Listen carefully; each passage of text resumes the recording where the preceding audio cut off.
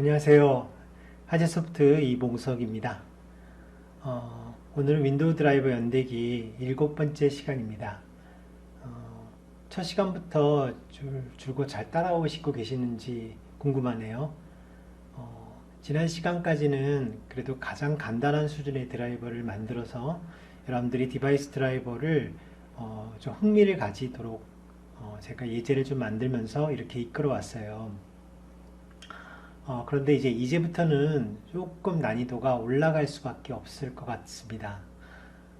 지금 수준에서는 디바이스 드라이버를 가지고 보여드릴 수 있는 게 그렇게 많지 않아요. 그래서 지금부터는 조금 수준을 한 단계 좀 올려서 그렇다고 뭐 아주 올리는 건 아니고 아주 단계적으로 간단하게 하나씩 올려서 보다 조금 더 아주 단계적으로 간단하게 하나씩 올려서 보다 조금 더 고급스러운 그런 예제를 통해서 디바이스 드라이버가 어떤 일을 할 수 있는지 여러분들에게 소개하고자 합니다. 오늘은 실습보다는 이론 교육이 될 것 같습니다. 좀 따분할 수는 있는데 아주 중요한 시간이라고 보시면 돼요. 이 시간은 반드시 여러분들이 이해하시고 넘어가야만 그 다음에 이어지는 강의를 들을 때 전혀 무리가 없습니다. 꼭 끝까지 잘 청취해 주시기 바랍니다. 자, 오늘은 윈도우 드라이버 연대기 7번째 시간입니다. 지난 강의를 간단하게 정리를 해보자면 지난 시간에는 우리가 노트패드 프로그램을 타겟으로 해서 그 프로그램이 실행되는 것을 디바이스 드라이버 수준에서 통제하는 그런 예제를 만들어 봤습니다. 아주 간단한 기억이 납니다. 이때 우리가 사용했던 대표적인 WDK 함수가 바로 psset create process notify routine ex라고 하는 함수를 썼는데 이 함수를 쓰시면 프로세스가 실행되는 걸 여러분들이 드라이버 수준에서 통제할 수가 있다. 허용도 할 수 있고 또 금지도 할 수 있는 그런 함수가 바로 이 함수가 된다라는 말씀을 드렸었죠. 그리고 또 하나 항상 중요하게 말씀드리지만 디바이스 드라이버를 개발할 때는 내가 뭔가를 등록을 하면 반드시 해제를 해야 된다라는 것을 한번 생각해 보셔야 돼요.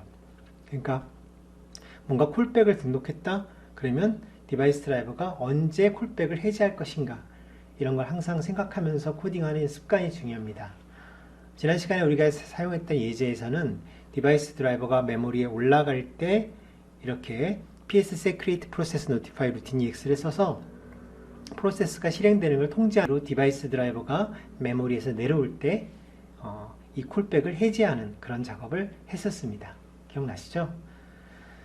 자, 오늘은 구조체 분석 2번째 시간이 되겠습니다. 일전에 제가 구조체 분석 1번째 시간을 가졌었고요. 오늘은 2번째 시간인데 바로 디바이스 오브젝트에 대해서 배우겠습니다. 디바이스 오브젝트, 조금 윈도우 드라이버를 공부해 보신 분들이라면 이 시간이 굉장히 중요하다는 것을 다 아실 거예요. 아주 중요한 구조체이기 때문에 이 구조체를 정확하게 여러분들이 이해하시고 넘어갈 필요가 있습니다. 드디어 드라이버가 생성하는 중요한 구조체를 배우는 시간. 그래서 이것을 우리가 배워야만 제대로 된 드라이버 개발을 할 수 있다 라는 말씀을 드리겠습니다. 자, 먼저 그림을 통해서 설명을 잠깐 드리도록 하겠습니다. 우리가 일전에 드라이버 오브젝트를 배웠었죠. 드라이버 오브젝트라는 것은 메모리에 상주하는 그런 디바이스 드라이브에서는 바로 sample.sys라고 하자면 이 디바이스 드라이브 파일이 메모리에 상주를 하고 나면 이렇게 메모리 상주하고 나면 IO 매니저가 드라이브 오브젝트라는 구조체를 만들게 됩니다. 그래서 이 드라이브 오브젝트 구조체 안에는 메모리에 상주한 디바이스 드라이버의 코드라든지 데이터가 어느 위치에 있는지에 대한 그런 위치 정보가 보관된다고 말씀드렸었죠. 그런 다음에 2번 과정, 즉 샘플 드라이버의 드라이버 엔트리, 이 드라이버 엔트리를 호출하면서 이 IO 매니저는 바로 드라이버 오브젝트를 전달해 준다. 이렇게 지난 시간에 배웠습니다. 결과적으로 하나의 디바이스 드라이버 파일은 하나의 드라이버 오브젝트하고 이렇게 대응이 된다. 이렇게 생각하시면 좋아요. 어떤 책에서는 추상화시켰다. 이렇게도 얘기할 수 있겠는데 결국 우리가 디바이스 드라이버라고 얘기하는 거나 드라이버 오브젝트라고 얘기하는 거나 같은 맥락으로 여러분들이 보시면 된다는 거나 드라이버 오브젝트라고 얘기하는 거나 같은 맥락으로 여러분들이 보시면 된다는 거죠. 자, 오늘은 이제 디바이스 오브젝트를 배우는데 이 디바이스 오브젝트는 무엇인가 먼저 생각해 보겠습니다. 디바이스 오브젝트라는 것은 일단 디바이스라는 말에서 우리가 추론할 수 있는 거죠. 디바이스, 그러니까 하드웨어잖아요. 디바이스 오브젝트는 디바이스 드라이버가 사용하게 될, 접근하고 사용하게 될 그 대상이 되는 하드웨어. 여기서 말하는 하드웨어라는 건 정말로 존재하는 하드웨어일 수도 있고, 그림처럼 또 존재하지 않는 무형의 하드웨어도 상관이 없습니다. 유형이든 무형이든 간에 디바이스 드라이버가 다루게 될 하드웨어가 있을 거 아니에요. 그렇죠? 그 하드웨어를 설명하는 설명자, 메모리에 상주하는 그런 설명자, 구조체가 바로 디바이스 오브젝트입니다. 어떻게 이해가 좀 가시나요? 그러다 보니까 유형이든 무형이든 간에 하나의 하드웨어는 하나의 디바이스 오브젝트하고 대응된다, 이렇게 생각하시면 되죠. 보통 디바이스 드라이버가 메모리에 올라가서 디바이스 드라이버 올라가서 하나의 하드웨어를 다룬다고 하면 대부분은 디바이스 드라이버가 하나니까 드라이버 오브젝트가 하나고, 디바이스 드라이버가 다루는 하드웨어가 하나니까 디바이스 오브젝트도 하나고.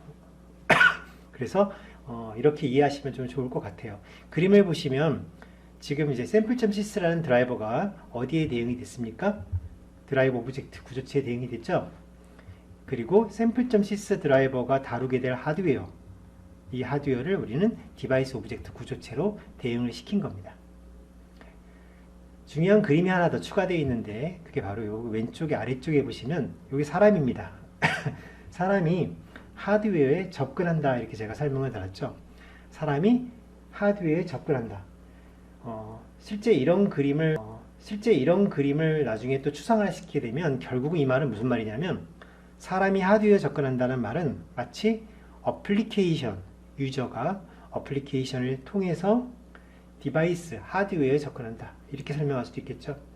결과적으로 어플리케이션 개발자들이 어플리케이션을 작성해서 하드웨어로부터 지정된 서비스를 받는 그런 과정을 여러분들이 생각할 수 있는데, 그러기 위해서는 무조건 하드웨어가 있어야 되죠.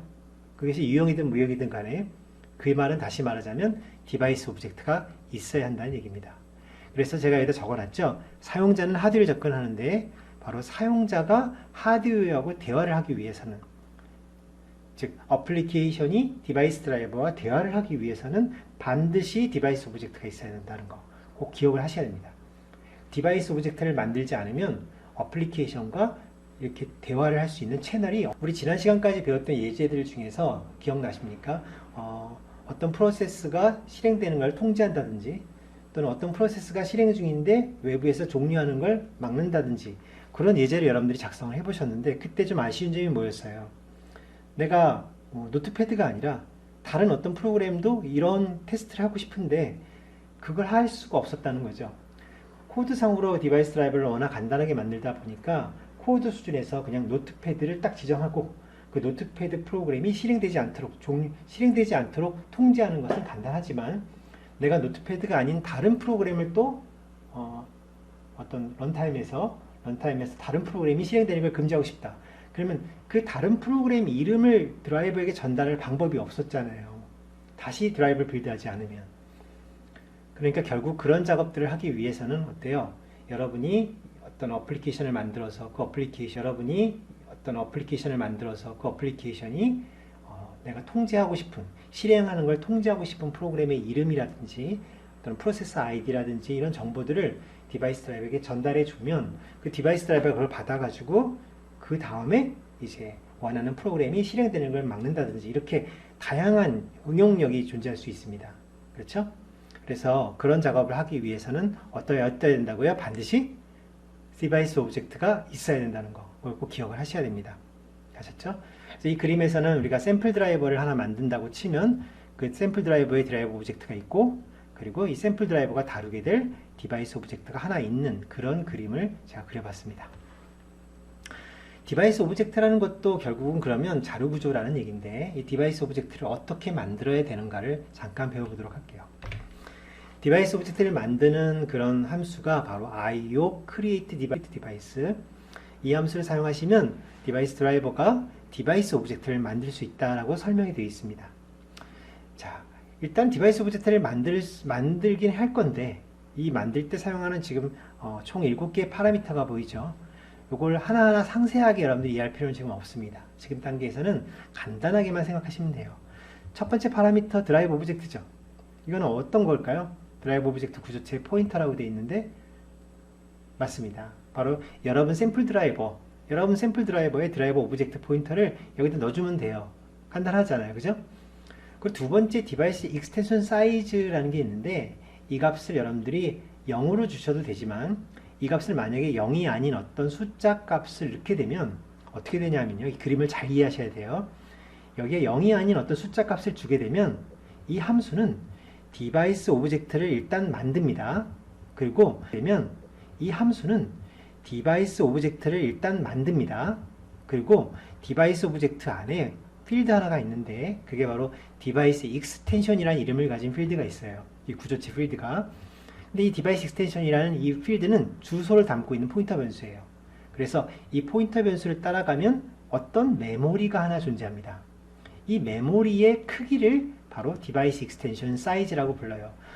그러니까 결국은 만약에 여러분들이 이 IO create device 함수를 쓰실 때에 두 번째 필드 값을 그냥 0으로 주시게 되면 어떻게 될까요? 디바이스 오브젝트가 만들어지고 이 메모리, 즉 프라이빗으로 여러분들이 개인적으로 쓰고 싶은 이 여러분들만의 메모리는 존재하지 않는 거죠.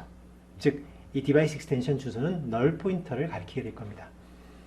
간단하죠? 그렇다면 결국은 이 익스텐션 사이즈를 왜 쓰는 걸까라고 만약에 물어본다면 여러분들 보통 우리가 디바이스 드라이브를 만들더라도 내가 지금 어떤 정보를 보관하고 싶은데 그 정보를 전역 변수에다 보관하는 게 아니고 어딘가에 문맥으로 보관하고 싶다. 그때 그 문맥은 어느 문맥으로 내가 접근하고자 하는 하드웨어의 문맥으로 저장하고 싶다. 이럴 때 바로 익스텐션이라는 개념을 쓰게 됩니다. 당장은 좀 어려울 수도 있는데요. 이렇게 생각해 보시면 돼요. 내가 샘플 드라이버를 하나 만들었잖아요. 근데 하드웨어가 하나가 아니라 하드웨어가 두 개가 있다고 생각해 보세요. 그러면 내가 얘도 건들고 얘도 건드려야 되죠. 근데 어떤 전역 변수를 하나 준비해 가지고 이쪽 디바이스 오브젝트와 이쪽 디바이스 오브젝트 각각 고유한 어떤 정보를 담고 싶을 때 어떻게 담을 건가요? 어디다 담을 건가요? 조금 애매하잖아요. 내가 디바이스 오브젝트 두 개를 만들었기 때문에 이 두 개는 서로 다른 디바이스 오브젝트거든요. 그럼 하나의 드라이버가 두 개를 다 다루는 데 있어서 이쪽과 관련된 정보들이 분명히 있을 정보들을 바로 이 그림처럼 디바이스 익스텐션이라고 하는 걸 만들어서 사이즈를 주고 이만큼의 할당받게 되면 여기에다 여러분들이 어떤 정보를 저장하게 되면 이제 항상 이 정보는 어떤 구조체를 통해서 얻을 수가 있습니까? 항상 이 디바이스 오브젝트 구조체의 주소만 알면 이 주소를 통해서 이곳을 통해서 접근할 수 있잖아요. 그래서 전역 변수와 개념은 유사하지만 훨씬 더 찾기 쉬운 디바이스의 종속적인 어떤 의미를 가지는 데이터들을 찾기 쉬운 그런 방법론이기 때문에 실전에서 정말 많이 사용되고 있습니다. 디바이스 익스텐션 사이즈는 그런 의미가 되는 거고요. 세 번째는 일단 옵셔널입니다. 이름이라고 되어 있는데 일단 이름을 안 주겠습니다. 네 번째, 다섯 번째 요것들은 이제 다음 장에 설명을 드릴 거고요. 익스클루시브 이것도 마찬가지로. 그리고 맨 마지막에 이 포인터가 어떻게 되어 있습니까? 아웃 방향이죠. 이게 바로 나오는 거예요. 그러니까 위에 있는 6개를 적당하게 채워주시고 이 함수를 불러주시면 마지막 필드를 통해서 포인터가 담겨지는 변수의 주소를 받잖아요. 그러니까 결국 새롭게 생성되는 디바이스 오브젝트가 바로 이곳으로 전달된다는 거죠. 쉽죠? 제가 너무 초등학생 가르치듯이 하는 게 아닌가 하는 그런 생각이 잠깐 들었는데 쉽지만 반드시 기억하고 넘어가야 되는 방법론이에요. 자, 그러면 이 디바이스 오브젝트를 만들 때 사용하는 이 3개의 필드를 다시 좀 부연 설명을 하겠습니다. 자, 그림을 보시면은 디바이스 타입이라고 되어 있죠. 타입. 윈도우에서는 이 디바이스의 유형을 좀 정해놨어요. 이 디바이스가 디스크 디바이스냐, 또는 뭐 CD-ROM 디바이스냐, 뭐 시리얼 디바이스냐, 뭐 이렇게 등등 여러 가지 유형의 디바이스를 지정할 수 있게 되어 있는데 지금 우리가 사용하고자 하는 샘플은 그 어디에도 종속되는 어떤 디바이스는 아닙니다. 일단 그렇기 때문에 그림 보시는 것처럼 파일 언더바 디바이스 언더바 그리고 xxx라고 하는 이 부분에다가 unknown이라고 주시면 돼요. 특별히 지정된 디바이스는 아니라는 얘기거든요. 알겠죠? 그 다음에 디바이스 캐릭터리스틱스 이거는 특별히 그 세부 속성이에요. 디바이스 타입 중에서도 이 디바이스 타입 중에서도 어떤 특별한 타입들은 이 디바이스 캐릭터리스틱 이 특성을 사용을 하는 애들이 있어요. 그러니까 거기 종속적인 얘기이기 때문에 우리가 지금 파일 디바이스 언노운으로 이 디바이스 타입을 쓸 거니까 결국 디바이스 캐릭터리스틱은 현재로서는 큰 의미는 없습니다. 특별히 어떤 값을 주진 않을 거예요. 여기에 이제 고유하게 특별히 사용되는 값이 있기는 한데요. 지금 수준에서는 그냥 안 쓴다. 이렇게 생각하시는 게 훨씬 좋습니다. 아셨죠? 마지막으로 익스클루시브 보겠습니다. 익스클루시브 베타적이라는 얘기잖아요. 이 말은 우리가 이 디바이스 오브젝트를 하나 만들잖아요. 그러면 이 만든 디바이스 오브젝트가 누구와 접근한다고 그랬습니까? 앞에 그림에서 사용자가 접근한다고 그랬었죠. 즉 어플리케이션이 접근한다 이렇게 해석을 해보자고요. 그러면 어플리케이션이 여기를 접근하고 있을 때 또 다른 어플리케이션이 접근하면 어떻게 될까요? 하나의 디바이스를 두 어플리케이션이 즉 두 유저가 동시에 접근하는 것을 허용하는 그런 디바이스인지 아닌지 그것을 여러분들이 명시하는 거예요. 그래서 하나의 디바이스 오브젝트가 하나의 하드웨어를 가리키는데 이 디바이스 오브젝트를 만들 때 내가 만드는 이 디바이스는 둘 이상의 어플리케이션이 다 들어올 수 있는 동시에 들어올 수 있는 것을 허용하겠다라는 의미 또 허용하지 않겠다라는 의미 그것을 exclusive라고 하는 변수에서 주게 되는 겁니다. 그렇다면 여기다가 우리가 true를 주게 되면 어떤 일이 벌어질까요? exclusive에 true를 주게 되면 결국은 이 생성되는 디바이스 오브젝트는 하나의 어플리케이션만 접근할 수가 있어요. 또 다른 어플리케이션에서 채널을 가지고 싶으면 첫 번째 접근했던 이 어플리케이션 채널을 완전히 닫아줘야만 클리어를 시켜줘야만 두 번째 어플리케이션이 또 접근할 수가 있어요. 어떻게 보면은 여러분들이 드라이버를 개발하면서 동시에 들어오는 걸 핸들링하는 게 굉장히 어려울 수 있거든요. 드라이버 코드를 작성하면서 CPU는 코어가 여러 개인데 동시에 들어오는 걸 허용하겠다. 드라이버 코딩을 작성하는 사람들 입장에서는 퍼포먼스는 훨씬 좋아질지언정 내 코드가 좀 안전하지 않은 좀 불안한 그런 요소를 가지게 된다면 차라리 exclusive를 true를 줘서 한 번에 하나의 어플리케이션만 들어오게 막는 것도 하나의 방법이 될 수 있습니다.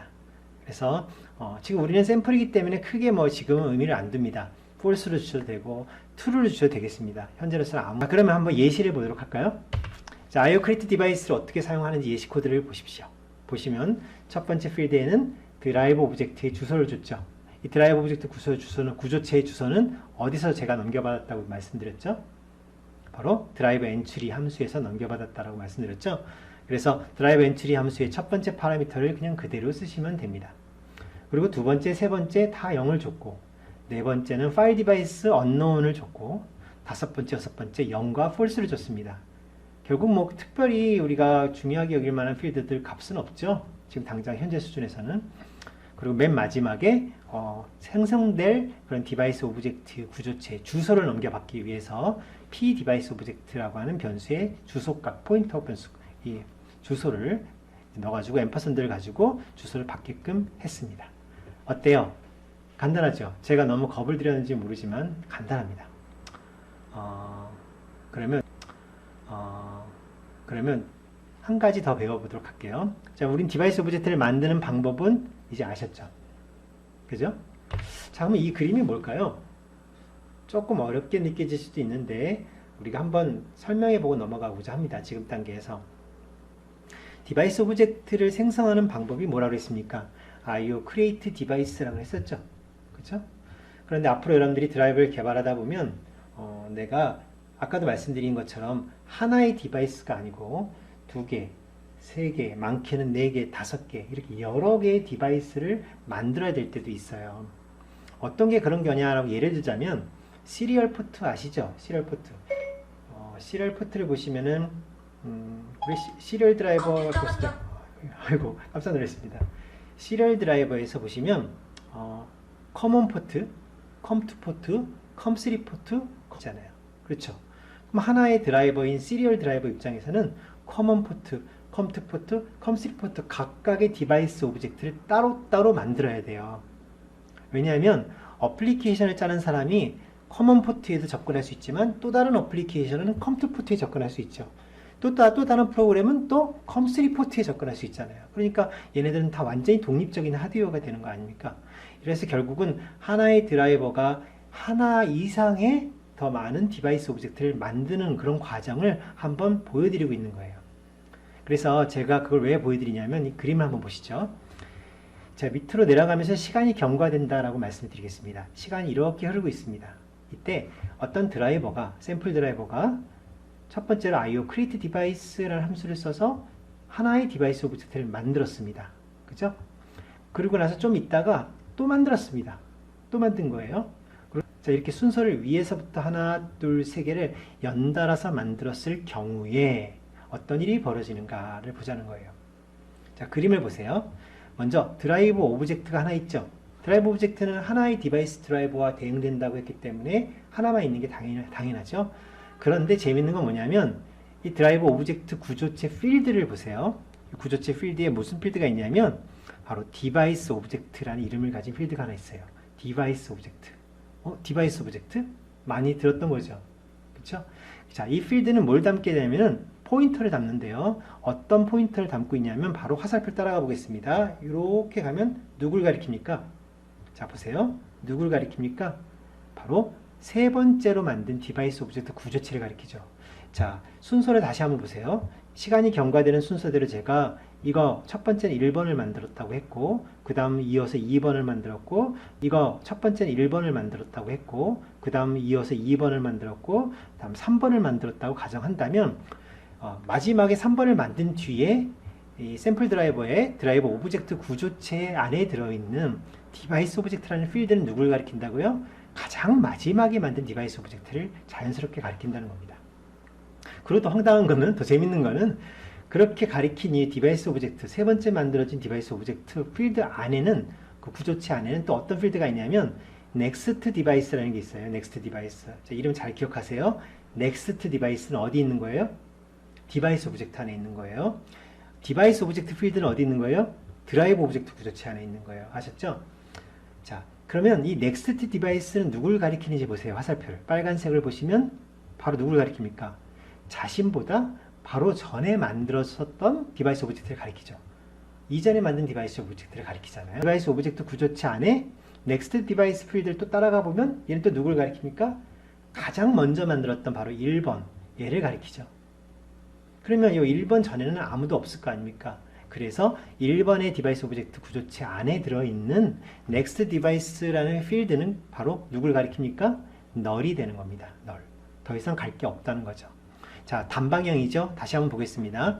세 개의 디바이스 오브젝트를 1번, 2번, 3번 순서대로 만들었을 때 드라이버 구조체, 드라이버 오브젝트 구조체 안에 들어있는 디바이스 오브젝트 필드는 누굴 가리킨다? 가장 마지막에 만든 3번을 가리키고, 그 디바이스 오브젝트의 next device라고 하는 필드는 누굴 가리킨다? 바로 전에 만들어진 디바이스 오브젝트를 가리킨다. 그래서 이렇게 단방향으로 이렇게 연결된 구조가 되는 거예요.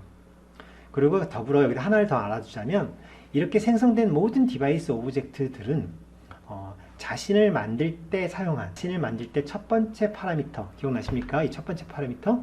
자신을 만들 때 사용한 첫 번째 파라미터의 그 드라이브 오브젝트 구조체를 모두 다 가리키는 필드가 하나가 존재합니다. 그 이름을 뭐라고 불렀어요? 바로 드라이브 오브젝트라는 이름을 가지고 있는 필드라고 합니다. 그래서 결국은 어떤 구조체와 어떤 구조체를 어떤 방법을 통해서라도 어쨌든 이렇게 순환할 수 있는 방법이 존재하죠. 순환할 수 있는 방법이 분명히 존재하지 않습니까? 예를 들어서 여러분들이 지나가다가 2번 구조체를 만났어요. 그럼 2번 구조체를 딱 만났을 때 생각해 보는 겁니다. 이 구조체를 누가 만들었을까? 이 디바이스 오브젝트 구조체를 누가 만들었을까? 알고 싶으면 누구를 찾아가면 돼요? 드라이브 오브젝트 필드를 찾아가면 되죠. 자, 이 디바이스 오브젝트 구조체 보다 먼저 만들어진 애는 누굴까? 나보다 먼저 만들어진 애. 그러면 이 구조체의 넥스트 디바이스 필드를 따라가면 되겠죠? 나보다 나중에 만들어진 디바이스 오브젝트는 어디에 있을까? 누굴까? 자, 이건 좀 찾으려면 좀 복잡하지만 나보다 나중에 만든 디바이스 오브젝트를 찾고 싶다 그러면 어떻게 하면 돼요? 드라이브 오브젝트 필드를 먼저 따라간 다음에, 그리고 거기에 들어있는 디바이스 오브젝트 필드부터 이렇게 하나씩 쫓아와 보면 알 수 있다는 거죠. 그래서 여기 이렇게 연결관계가 돼 있다는 게 지금 당장은 왜 이렇게 중요한가 이런 생각을 하실 수 있는데요. 이런 궁금증은 진짜로 자연스럽게 풀릴 겁니다. 드라이버 코드를 하나하나 만들어 보시다 보면 당연히 풀리게 될 내용이니까 지금 이 시간에는 그냥 디바이스 오브젝트를 여러 개 만들면 그것이 드라이브 오브젝트와 어떻게 연결되는지에 대해서만 우리가 그냥 간단하게 이해하는 시간으로 삼았으면 좋겠습니다. 결국 이 시간에 제가 말씀드렸던 가장 중요한 필드는 두 가지가 있는데요. 바로 드라이브 오브젝트 안에 뭐가 들어있다고요? 디바이스 오브젝트라는 필드가 들어있죠. 그리고 디바이스 오브젝트 안에 뭐가 들어있죠? 넥스트 디바이스라는 필드가 들어있죠. 그래서 이 필드들을 꼭 기억하시고 이게 무슨 의미인지 한번 생각해 보시는 그런 시간을 가졌었습니다. 자, 제가 오늘 첫 시간에도 말씀드린 대로 뭐를 등록을 하게 되면 항상 언제 해제해야 되는지를 알아야 된다고 말씀을 드렸죠. 마찬가지로 드라이버 개발자는 내가 새롭게 뭐를 생성했다면 이것도 마찬가지로 어디에서 제거해야 되는지를 꼭 기억을 하셔야 되는 거예요. 자, 우리가 디바이스 오브젝트를 만들었다고 쳐봅시다. 지금 디바이스 오브젝트를 하나 만들었습니다. 그럼 디바이스 오브젝트를 계속 만들어둘 수는 없잖아요. 언젠가는 내가 그거를 제거할 수 있어야 되겠죠. 그렇죠? 그래서 제거할 때 방법도 알아두셔야 되는데 제거하는 함수는 아주 간단합니다. 이름 바로 IO delete device라는 이름을 가진 함수를 쓰시기만 하면 돼요. 이 IO delete device 함수의 파라미터를 보실까요? 파라미터 하나밖에 없죠. 넣어주면 제거가 되는 거예요. 디바이스 오브젝트 넣어주면 제거가 되는 거예요. 굉장히 간단하죠. 그러니까 만들 때는 어떻게 만들고 만들 때는 IO create device로 만들고 제거할 때는 어떤 함수로 제거하고 IO delete device로 제거하고 이렇게 하시면 만들고 제거하는 게 전부 다 클리어 됐습니다. 이해가시죠? 자, 오늘 이 시간에는 이렇게 우리가 디바이스 오브젝트라는 게 무엇이고 왜 만들어야 되는지를 말씀드렸어요. 아주 중요하다고 말씀드렸었죠. 이렇게 지금 당장은 와닿진 않을 수 있는데 일단 디바이스 오브젝트를 만들어야만 어플리케이션과 드라이버가 통신할 수 있는 그런 채널이 형성된다. 여기까지는 꼭 기억을 하고 계셔야 되는 거고요. 그러면 한번 제가 만드는 곳과 제거하는 곳의 예제를 한번 보여드리겠습니다. 자, 너무 예제가 간단하기 때문에 화면 하나로 끝나거든요. 한번 보세요. 어디서 만들었습니까? 제가 가장 간단하게 드라이버 엔트리에서 만들었죠. 드라이버 엔트리에 들어오면 어떻게 했습니까? 자, IO create device라는 함수를 썼죠. 첫 번째 파라미터로 제가 넘겨받은 P 드라이버 오브젝트 주소를 그대로 넣어줬고 나머지는 파라미터는 앞에서 배우신 대로 간단한 값을 넣어줬고 맨 마지막으로 얻어지는 값을 우리가 이렇게 포인터를 하나 준비해서 그곳에 주소를 넣어줬죠. 그래서 결국 이 함수가 성공하고 나면 이 P 디바이스 오브젝트라고 하는 이 포인터 변수 안에는 새로 생성되는 디바이스 오브젝트가 딱 들어있게 될 겁니다. 그렇죠? 그 다음에 또 하나의 부분이 어디죠?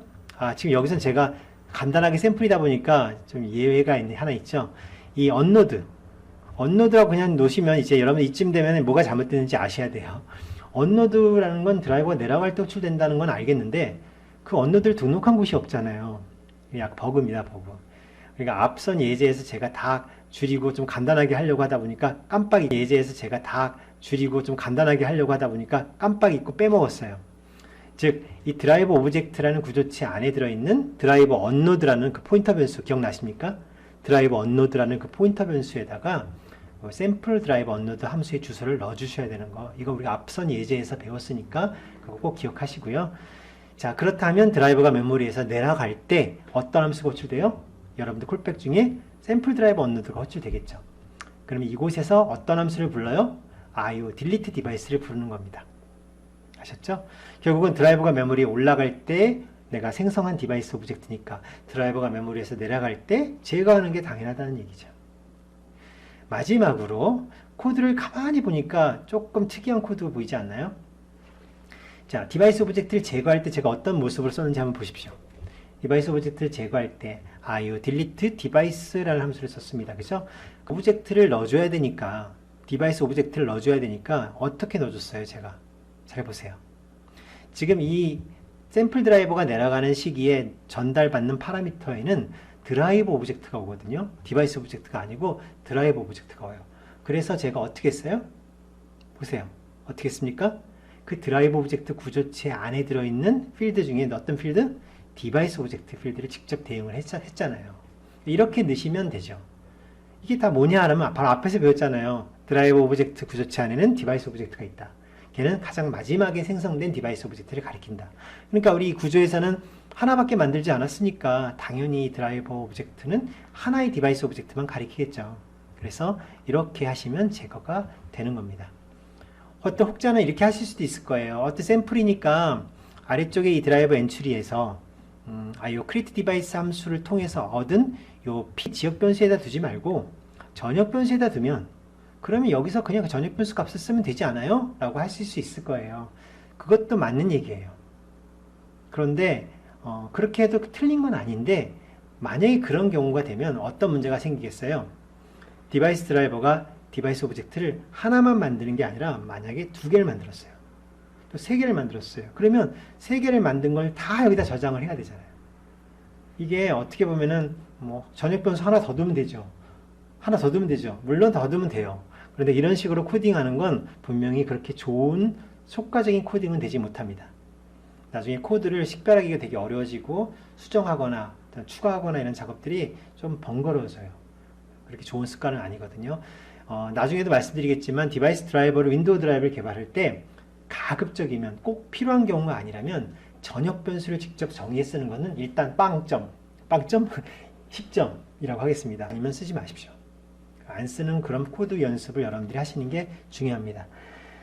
자, 그래서 이번 시간에 이렇게 간단한 샘플 드라이버 코드만 제가 보여드렸는데 실습하기는 너무 좀 부끄러울 정도 양이 적기 때문에 실습은 다음 시간에 배우는 내용을 하나 더 배우면서 그때 같이 실습을 하는 걸로 제가 진행하겠습니다. 오늘 배운 내용을 간단하게 정리해 보도록 하겠습니다. 디바이스 오브젝트라는 구조체가 무엇인지를 배웠어요. 디바이스 오브젝트는 디바이스 드라이버가 다루게 될 하드웨어. 이 하드웨어는 진짜로 존재하는 유형이어도 되고 존재하지 않는 실제 무형이어도 된다는 거예요. 어쨌든 하드웨어가 하나 있다고 가정하는 거죠. 그 하드웨어와 대응되는 그런 자료 구조로서 디바이스 오브젝트가 반드시 있어야 된다. 왜 있어야 된다?